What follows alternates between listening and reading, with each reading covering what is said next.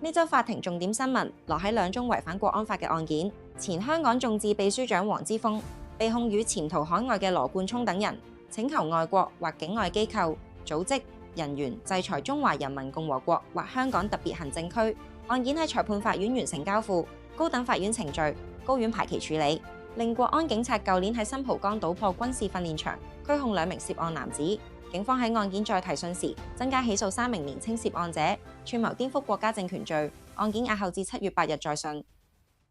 前香港眾志秘書長黃之鋒被控跟已經潛逃海外嘅羅冠聰串謀勾結境外勢力危害國家安全一案，日前於西九龍裁判法院再進行交付高等法院審訊嘅程序。經聆訊後，案件交付程序完成，有待高院排期處理。黃之鋒繼續還押。被起訴時，28歲嘅黃之鋒被控一項串謀勾結外國或者境外勢力危害國家安全，經修訂控罪，指佢於2020年7月1日至2020年11月23日喺香港與羅冠聰及其他身份不詳嘅人串謀，請求外國或者境外機構、組織、人員實施對香港特別行政區或者中華人民共和國進行制裁、封鎖或者採取其他敵對行動。日前到法庭旁聽有美國、英國、意大利、比利時、德國、法國等多國駐港領事館代表。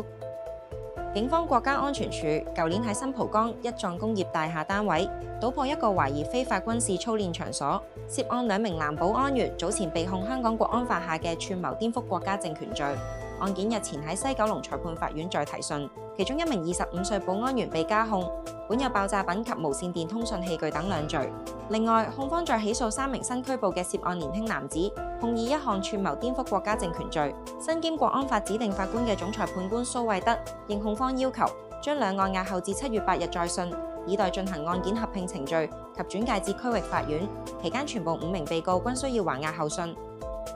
另外，舊年超強颱風華加莎9月襲港期間，一對夫婦帶子女到岸邊觀浪，期間發生意外，母子墮海，幸被及時救起。涉事父母事後被控一項對所看管兒童或少年人虐待或忽略罪。案件日前於東區裁判法院再提堂，控方同意以簽保守行為方式處理案件，法庭下令2人各自簽2000元，守行為3年。案發時，香港受颱風華加莎吹襲，懸掛8號風球。2名被告下午約3點帶同一對年幼子女到嘉業街防波堤觀浪，女被告與幼子遭高達4米高波浪捲入海中，男被告則跳入海中欲救援，遺下女兒1人喺岸上。香港科技大學時任講座教授劉鴻斌涉嫌收受保險中介友人4萬港元賄款，協助1名學歷未達標嘅學生入讀碩士課程。佢隨後更向2名負責審批入學申請嘅科大同事派發6000元，聲稱係辛苦費利是，被廉政公署落案起訴。劉鴻斌日前於觀塘裁判法院承認串謀使公職人員接受利益等3罪，法庭將案件押後至5月28日判刑。原獲准保釋嘅劉鴻斌需即時還押候判。呢週法庭重點新聞講到呢度，下週再會。